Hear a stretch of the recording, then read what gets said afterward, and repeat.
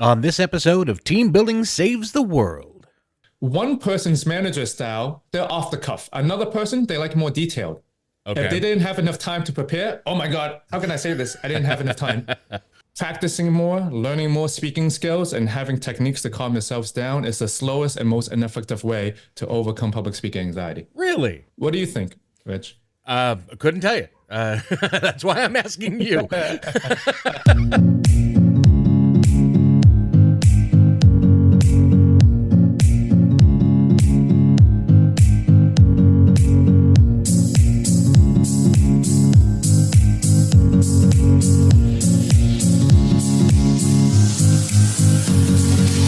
Hello, team. It's me, your old friend Rich Rininsland, host of Team Building Saves the World, the show where I speak to thought leaders from around the world, discussing variable strategies and tools to help you and your team build a better work environment. And today, we're talking about overcoming public speaking anxiety with the founder of BostonSpeaks, Kit Pang. But first, I have to share some love with my supporters at Team Bonding. So if your team is ready to experience teamwork through the power of play, visit teambonding.com to learn more. Now, team, join me in welcoming my guest, a Harvard Business School public speaking coach and 3 times TEDx speaker coach, Kit Pang. Hello, Kit. Thanks. Thank you for having me. Thank you. Alrighty, my friend. So, again, thank you so much for coming on. I'm glad to have you here. Let's start out like I normally do. Can you just introduce yourself to my team out there? Tell them a little bit about how you got started, where you came from, and what BostonSpeaks is all about. Yeah, so to give you the quick, actually, no, let me go a little bit medium size here. So I actually used to be a hip hop street performer out here in Boston, Massachusetts. Awesome. Doing all of that. But my passion in dance started dying down. Okay. And I did this public speaking competition in college and I fell in love with it. And I want everyone to kind of feel that same experience of being in the zone speaking. So when my passion in dance started dying down, I started going to the libraries, co-working spaces, asking for free space to use. And then I would host a public speaking workshop, put them up on Eventbrite and Meetup, and then we got butts and seats. And so we did a bunch of that. And then that's how BostonSpeaks grew. You know, our mission is to help individuals become more confident and influential speakers. So that's the medium-sized story of how everything got started.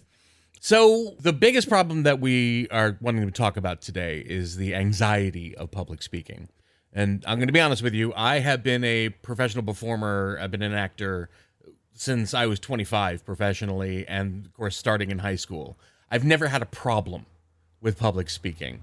So when I hear that there's an anxiety for it, I'm so curious to find out more. So what is public speaking anxiety? And that's a great question.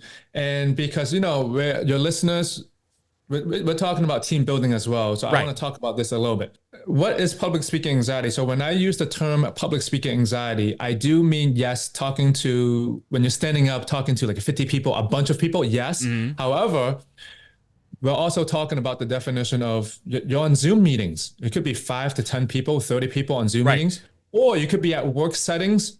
You're sitting down or you're standing up, you're presenting to your weekly group. It could be 10 people there, or it could be, again, on a sit down. For some people, it's also maybe one-on-one during an interview.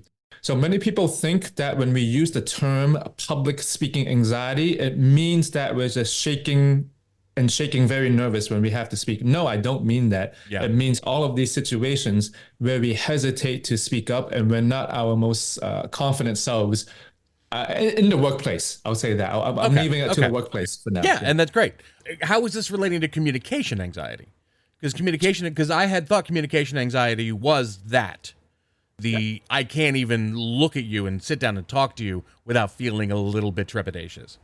Yeah. So to answer that, whether it was communication or public speaking anxiety, the most important part is what is making us not feel like our most authentic and confident selves in our speaking situations when we're speaking at work. Well, yeah, even professionally, but at work.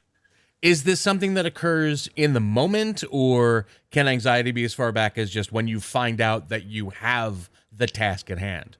Oh yeah, sure. So Rich, I don't know too much about you, okay? But let me put some examples out there. So let's say, Rich, you're someone that seems very good when you go on the air, or when as you said, you've been speaking for a while. Yeah. But then you might ask someone on your team, oh, hey, Lindsay, can you take over for 1 second? Because we think we're so good. The other person's like, what? You just asked me? I can't do that. It could be an impromptu setting in a meeting or presentation. It doesn't matter what it is, right? So that's why interspace anywhere. A lot of people that we work with, it's also the build-up time. They're like, oh, I have this event coming up. I have this important event coming up. It could be the board meeting, a bi-weekly meeting, a team meeting. I have to be really good at this. So therefore, they spend a lot of time over preparing and over analyzing before they even get into the thing. Right. Yeah, I wanted to say, like, is this a very specific thing where it's just like when I consider anxiety, I can, the palm sweats, the shaky knees, the rapid breathing, things of that nature. But are there other methods that or other types of anxiety that come about because of this? Yeah. So let me give some examples. So when I'm using just meetings for now, sure. Even in meetings, when people ask questions, people could think, I don't know the best way to answer this. Or even when they're speaking and people are making, even though they're not making negative face, they see other people's blank face or other faces, and they think, am I expressing myself clearly? Am I saying, and we get in our heads, right? Am I saying this in the best way? And so anxiety can come about there. It's just not the palms sweating and butterflies in the stomach. Right. It's the perfectionism that we have on what we say, how we appear as professionals. Okay. So you don't want to look like you're fumbling. And yeah. And then when we notice we're fumbling, we work ourselves up and we give ourselves more anxiety. It was like, oh my God, now I'm fumbling. So it's the snowball effect. It can just be the one little hiccup is enough to get somebody started in this whole counterproductive frame of mind. Correct. Yes. How does this happen though? I mean, is it the individual themselves? Or is it something societally, or something within different companies, or where does this come from? And I'm so sorry because this sounds so arrogant of me. It really does. It sounds like here's this guy who's claimed he's never had this happen, but I can't wrap my head around it sometimes.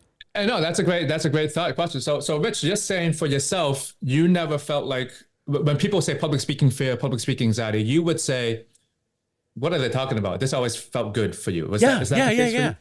Exactly. Okay. So this is one of the biggest issues, I'm going to say, in our society. Okay. People, we compare ourselves to others, right? So there could be people that looks up and they listen to you. They're like, oh my God, Rich, that guy, I mean, he seems so personal. He seems so conversational. How does he do it? He seems so confident every single time.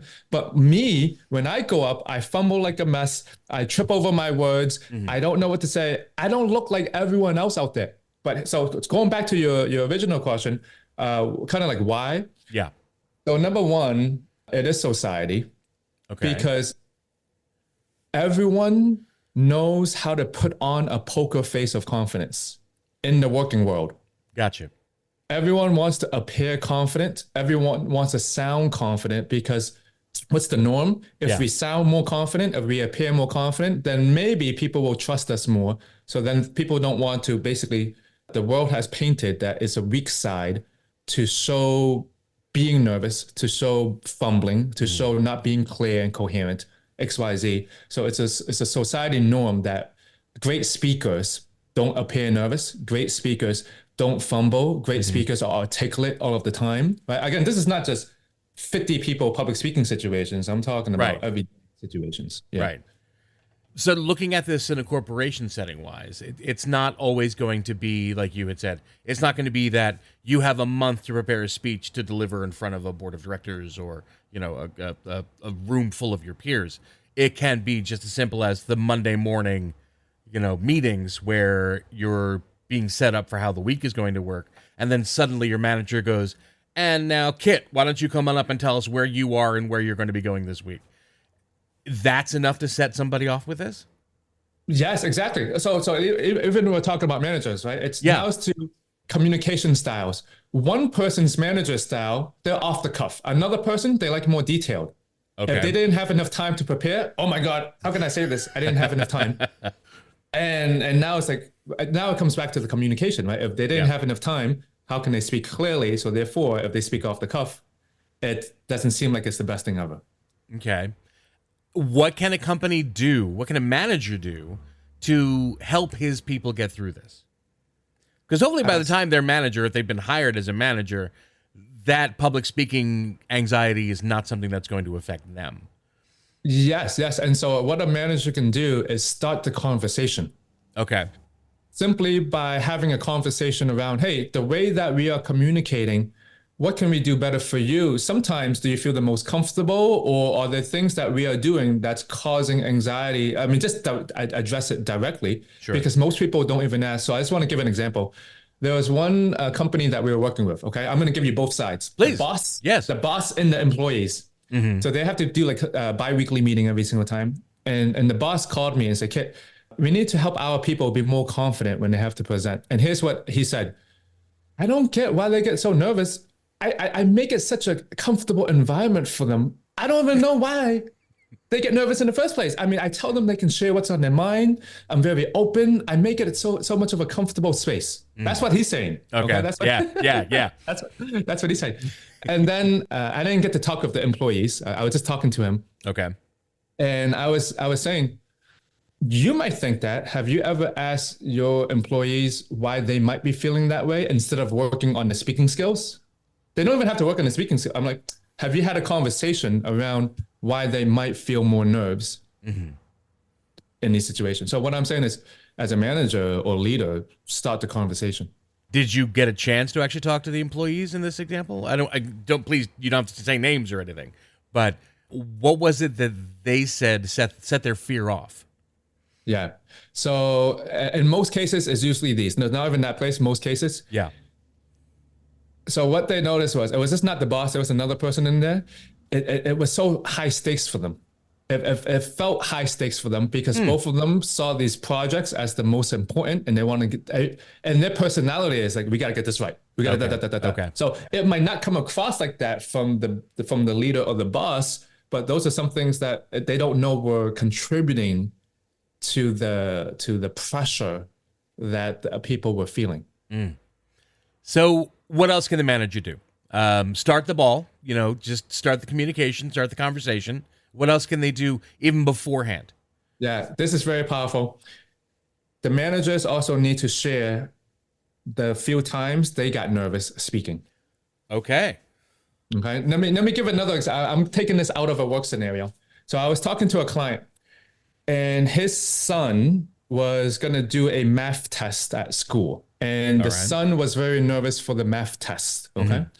And after working with my client and helping him realize, hey, it's okay to be nervous and everything. Yeah. This is what he shared with his son before the math test. He said, son, when you get into the math test, it's absolutely normal to be okay. Your father, me, I get nervous when I have to speak. I get nervous when I have to go into an important event. And I kid you not, if you can see me right now, the client I work with, he said his son opened up his eyes and it's like, wow, my dad gets nervous and I can be nervous too. So what I'm saying as a manager, how can you share examples of yourself with maybe the last time you had perfectionism, the last time you felt imposter syndrome, the last time you got nervous speaking? You sharing will help your team share more too. What else can we discuss with the power dynamics? Like within the company itself, within just the team itself? I mean, we're hoping everybody feels comfortable with each other if they're working with each other every day. But how can we as a team give that level of support that we need to help maybe the one employee or the two employees who are suffering from this anxiety? Yeah, I would say, as a team, it really goes back to having more conversations about it. Again, most people just don't have most people, when it comes to public speaking or communication training, unfortunately, some people have it once a year. Some people have it Never. So it's just this thing that they talk about once a year, this Yeah. training and communication and public speaking. I get it. Everyone's busy, Sure. but how can you make it a focus? Instead of yes, it can be a conversation, but okay, today we're going to have this topic about this, right? Give us your take on this. What's going on? And so just making it a piece of importance will help. Yeah. Is there something that a person can do for themselves individually, like outside of work, to prepare for these kind of things? Yeah. So this is very important, and this will turn some heads. Here. So when people come to us, they say, "Kit." So let's say it's not the manager. Okay. Let's say we think it's ourselves. Kind of like what you're saying, Rich. Right. They come and they say, "How can I help myself become a better speaker? What kind of skills or techniques or more practice opportunities can you give us?" Right. Okay.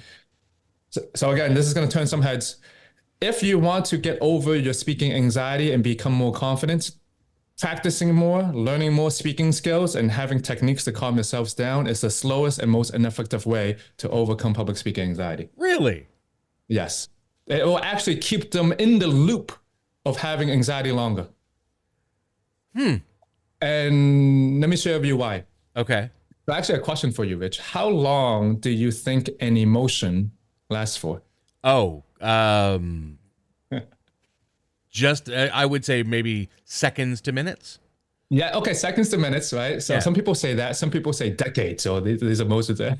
So there's a Harvard brain scientist out there. She's also Time Magazine's 100 most influential people. Name is Dr. Joe Taylor. Gave a great TED talk. Here's what she says: your emotions only last for 90 seconds. Any emotions. Okay. So what do I mean by that? So let's say we use nerves and anxiety. In our bodies, chemicals get released, right? Adrenaline and cortisol, we just name that emotions as human beings, but that gets released. It can take 90 seconds for the emotions or chemicals to dissipate. Right. So as an example, if you watch a movie or Netflix show, you can be happy, sad, scared, happy, scared, throughout the thing. Right. And the emotion doesn't attach. So the question now is, why does it seem like every single time we go back to our same situation for speaking or whatever it is, we feel the anxiety or the same emotion over and over and over again? Yeah. So most people ask this question. They say, how do I get rid of the speaking anxiety? Well, the thing is, our emotions only last for 90 seconds, right?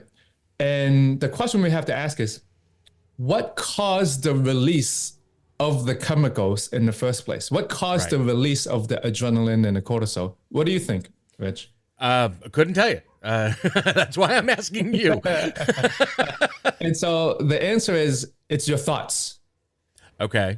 What you're thinking, how you're thinking, why you're thinking that way releases the chemicals in your body in the first place. So Albert Einstein, of course, he has many quotes. There's one of my favorite quotes. He said, if he had 1 hour to save the world, he would spend 55 minutes on finding the right problem and 5 minutes solving it. So why did I say that practicing, learning more speaking skills and techniques are the slowest way? That's because they never address how they think about their speaking situation in the first place. So that's why if they only practice more, if they only learn more speaking skills, they go into sidetrack land. They never, ever address how they're looking or thinking or perceiving the situations in the first place. Fantastic. Kit, I want to delve deeper into this, but right away, though, I need to step aside for 90 seconds on my own, because I do need to tell my team out there about a company I am very proud to be a part of, Team Bonding. Team Bonding was founded over 20 years ago with one simple question: how can employees have a great time while fostering strong, authentic bonds between people who work together? No matter where your company is located, Team Bonding offers powerful, engaging, custom team building events designed to get the best out of your team anywhere in the world. They've created a catalog of innovative events using the power of play as a learning tool and tapping into the correlation of work and play. So whether it's scavenger hunts or Jeopardy or so much more, the team bonding of activities, whether they're live, virtual, or hybrid, maximizes the impact of team building with an accent on fun. So visit teambonding.com to schedule your event now. Team Bonding. when you want seriously fun results. And we're back talking to Kit Pang about public speaking anxiety. Kit, what is sidetrack land? So when we go into sidetrack land, right, the question we're trying to solve is how does one overcome the speaking anxiety in meetings, work situations, or public speaking, right? So when they go into sidetrack land, they don't address how they think or what's causing them to have speaking anxiety in the first place. They just practice, they just learn more skills, hoping one day that everything will click. But they don't know why they do it. People would just say, just do it, but they don't know why. I have a very similar situation with my daughter, who she's a wonderful performer in her own right. Get this girl on a stage with sheet music or with an instrument or, you know, with a cast around her, and she soars. It is so much fun and wonderful to watch. But get her in one problematic situation and you will watch her spiral. And it's always, unfortunately, a downward spiral. So while it continues, the negativity also continues. So as I've been trying to do with her for years, how do we get somebody out of the loop? Yeah.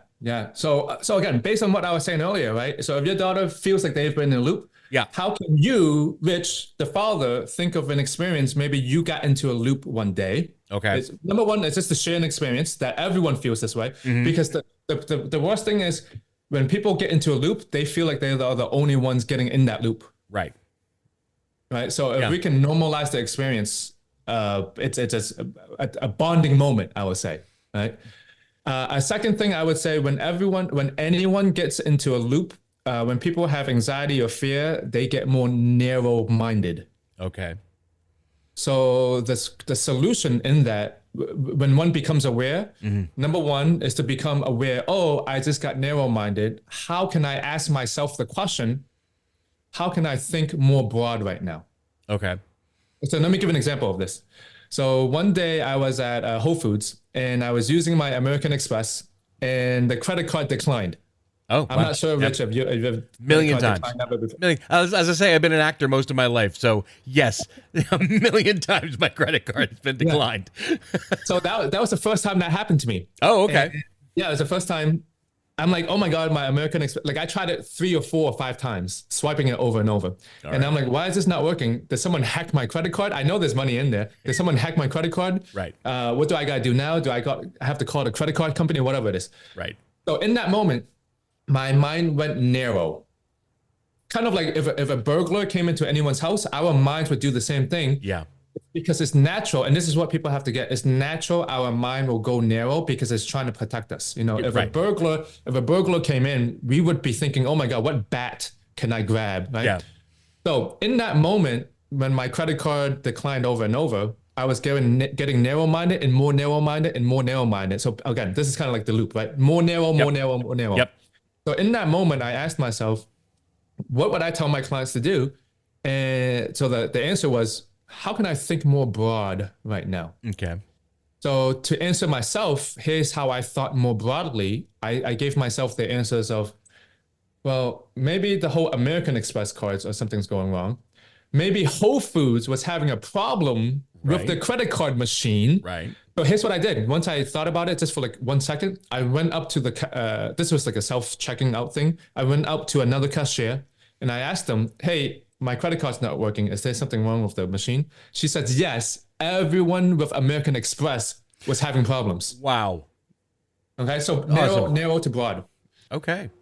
Now, that's great to say. How do we get the person who is standing in front of a group there? Okay, now this is going to be the craziest thing I think you're going to hear from all of your podcast interviews. I will make that statement. I will make that statement. I have been waiting for someone to say that for 5 years now. Go. There are two books that I've read that completely changed the way in how I or we help people with public speaking anxiety. Okay. Let me tell you the 2 books. This is not the first book, but this is where I got the first book from. Have you heard of the book Atomic Habits? No.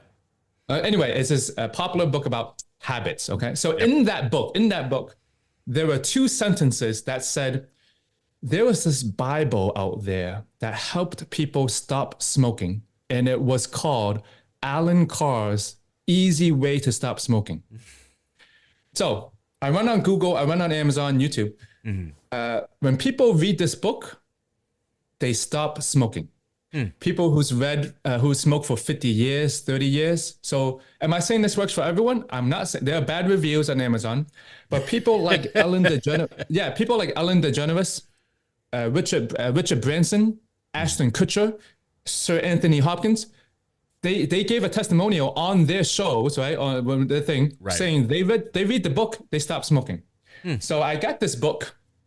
There are no exercises in this book. There's nothing they need to do. When they finish reading the book, they lose the desire to smoke. Okay. So at that same time, this is the first book, okay? Yeah. I'm not sure if that's crazy enough, okay?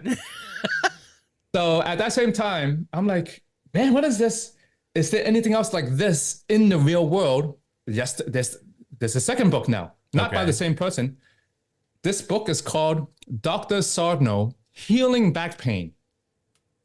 Howard Stern's a big proponent of this guy. So get this.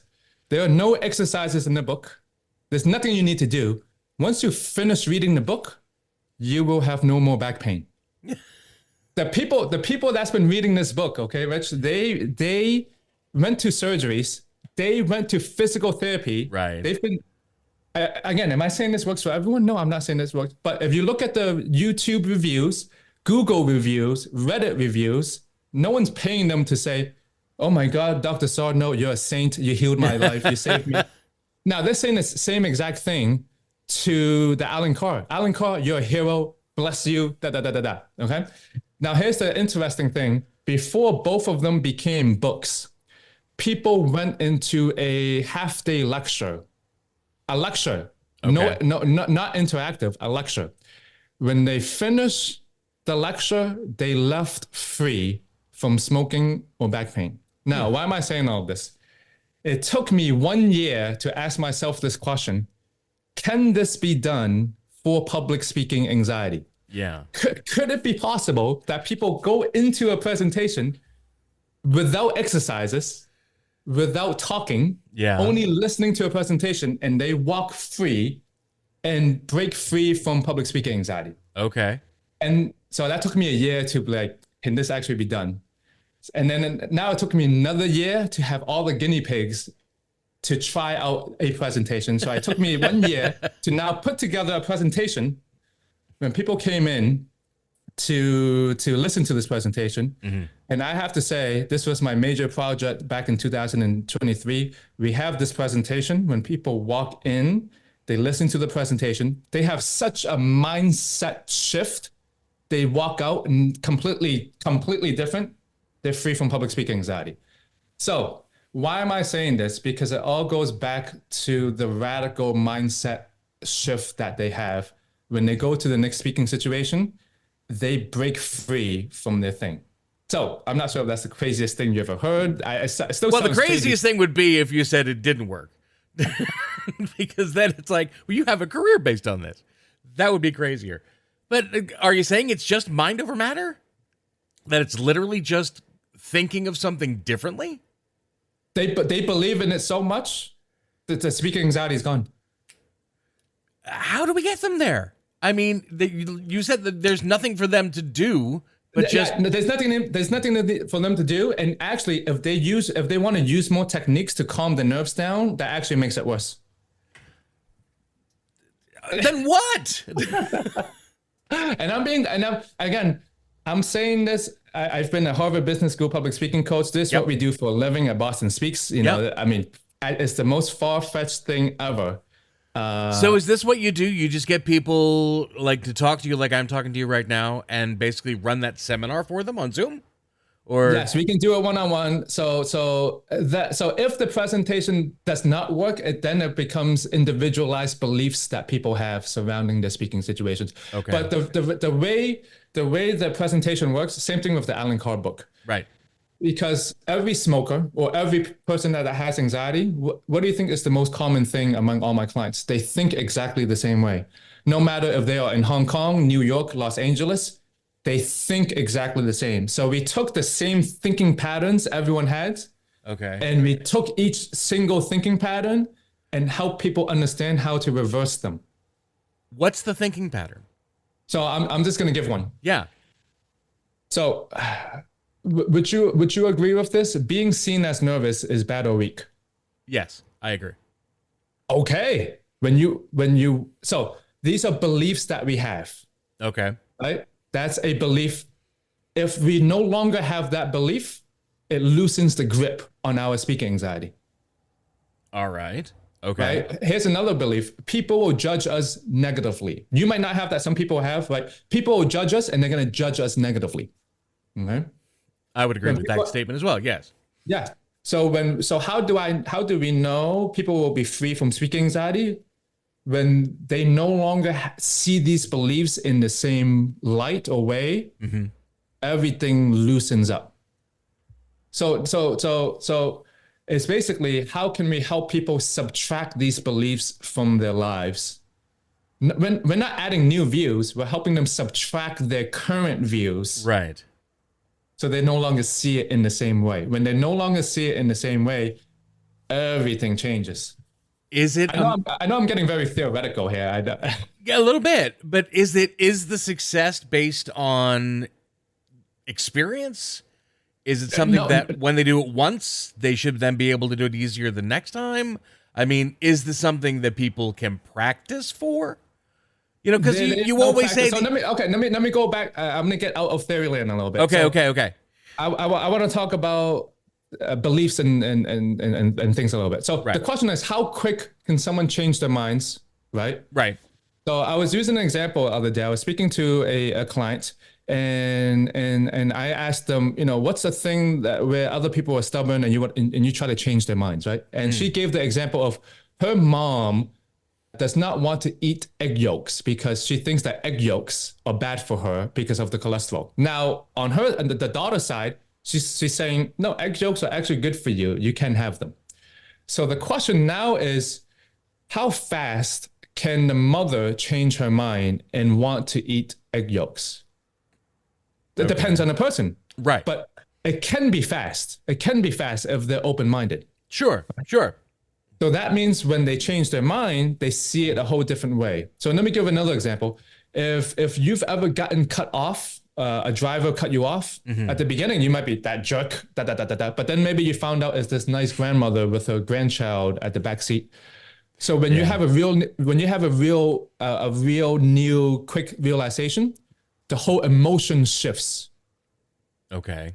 Again, we're talking about emotion shifts, which talks about mindset shifts. Right. When they see the situation completely differently, they no longer have the anxiety. So I said people will judge us negatively, right? So let's say a person that goes into the world and whatever they do, whatever they say, they don't think people are going to judge them negatively. Of course, they're not going to feel that high of anxiety if they don't view people are going to see them being judged at all. There's no practice they need to do. They see. I know this is more theoretical, but I understand exactly, because the only thing that I have that I can equate this to, back when I was directing for an outdoor festival event that involved a lot of interactive theater, people walking up and talking to others, I had this guy one of my fellow actors, one of the guys who was acting under me as his director, who was terrified of looking stupid. But he was playing like the village idiot character, you know, and I'm trying to tell him how fun and freeing that kind of character can be, to be able to do and say basically anything and to enjoy it is like very freeing. And it took him forever to even want to try, because he didn't want to look stupid and he was afraid that everybody was going to think that the character's not dumb, but he is. Yeah. So Rich, that's a great example, because you have that perspective. Yeah. Right? Yeah. You saw, because you had that perspective. That's why it was freeing. Imagine he had that same perspective. Right. What would it do for him? Yeah. So that's the question. How fast can someone open their minds to wanting to listen to other perspectives like yours? Once they loosen the grip of their current perspective and they adopt like one of your perspectives, the first side would lose his grip and the emotions would actually change. Rich, how much practice did he need do you think? Well, I'll be honest with you. He needed to do it live in front of an audience. The first time he did it and people laughed, not at him, but with him, when he realized that it's not that they're pointing and laughing at him. They're laughing with him because he's having fun as much as they are. Yes. So let's going back to practice, right? Yeah. They want to have that practice in order to see that. Right. It's not yes, of course there's practice on the skill side of it, but yeah. But what I'm saying is the perception side. If they were to go to practice, they need to see that. But in the speaking world, it's actually the opposite. Most people want to practice and be so good, they never show any flaws. So they get in the same loop over and over and over again. And it's hard if something happens in the middle that they hadn't foreseen. Yeah, and they blame themselves and they say, "Oh, I'm such a bad actor or speaker because I came out this way." Yeah. Yeah. I mean, God forbid for that kind of person that anybody ask a question. Yes. Yeah. Yeah, exactly. So I was going to ask you, Rich, before our conversation today, when it comes to public speaking anxiety, do you have a different definition of it now, or is it the same? I just wanted to get your take. I mean, my definition, you have clarified for me where people come from in this. I don't know that I have an actual accurate definition of it, besides just that general mind lock. I mean, I do agree with you that, because this has even happened to me before, not in public speaking arrangements, but in those situations where if anything negative happens in my head and it affects me emotionally, I keep fixating on that. So you just keep bringing it up again and again and again and again until you manage to get yourself either outside of that experience or to just say, stop, I now need to focus on this thing that I'm actually doing. Yeah, exactly. And as human beings, we all go into those, negative, depending on what it is. Yeah. Well, Kit, I'm sure just listening to this episode, there are people out there who are thinking, I need to know more. I need to experience more. How can we learn more? And how can people get in touch with you if they want to actually get your coaching going on? Yeah, thank you for asking, Rich. I would say go to BostonSpeaks with an S.com. All our information is on there. You can personally email me at kit@bostonspeaks.com. And is that Boston Speaks capital B, capital S, or doesn't it matter? Well, yes. The branding is capital B, capital S, right. But you guys can do whatever you want. But fantastic. My team, please give a huge round of applause for Kit Pang for being with us today. Kit, I hope you had a good time being here. Yes, thank you so much, Rich. Thank you. But don't forget, my friend, there's still one more thing to do. It's time for my speed round.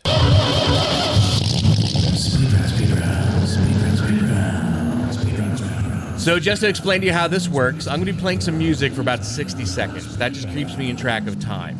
While we're doing this, I'm going to ask you a series of completely innocuous questions. These are just questions to help us get to know you, the man, a little bit better than we did during this interview. So if you're ready, shall we begin? Let's do it. All right. If you're feeling at all competitive, you're looking for 14 questions as the number to beat. Whoa, yeah, that's a lot of questions. It's a lot. But we'll get through it. All right. You all set? Yes. When you hear the music playing, I'll ask the first question, and away we go. What's your name? Kit. Do you have any children? No children. Do you have any pets? 3 cats. 3 fighting cats. Nice. If you could hear your cats answer a question for you, what would that question be? Give me food. What's your favorite holiday? And it doesn't matter, none. What's your favorite childhood memory? It was when I got a scholarship to college. I think yes, that's it. Okay. If you could be a cartoon character for a week, who would you want to be? Oh, a cartoon character. Maybe SpongeBob. I don't know why, but... okay. Something in your life that you really regret? Something in my life that I really regret was not helping people with public speaking anxiety earlier because I just helped them with practice. Nice. Favorite memory from kindergarten? People call me like the book bag guy because I used to carry a book bag around me all day long and wouldn't let go of it. Would you feel like a leader or a follower? I want to be both, a leader and a follower. All right. We have hit 12, buddy. We had 12 today. That was me as much as it was you. That's great. That was really, really good. All right. Kit, once again, thank you so much for coming. I really appreciate you doing so. I would love to get into this more with you, so maybe we can have you back someday just to see if this has grown any in your experience. Yeah, that sounds great. Thank you again for having me. Thank you. And thank you, my team out there. That's it. We're wrapping up yet another episode of Team Building Saves the World. Please, if you are an old fan of the show or new to it, please feel free to share this information with anyone that you know, whether they're a coworker, a friend, a family member. It just helps us to share all this vital information. You can find out all about us, including all of our past episodes, at teambonding.com/podcast. You can also find us wherever you find your favorite podcasts. Google Podcasts, Apple Podcasts, Spotify. Wherever you go to listen, my friends, we will be there. And don't forget to look for us on all the social medias at Team Bond Podcast. Leave us a message. Tell me what you liked about the show, what you didn't like about the show. If you have an idea for a future episode, I want to hear from you. So, before we say our final farewells for this episode of Team Building Saves the World, please never forget, my friends, if you are within the sound of my voice, you're on my team now, and I am forever going to be on yours. So long, team. I'll see you next time.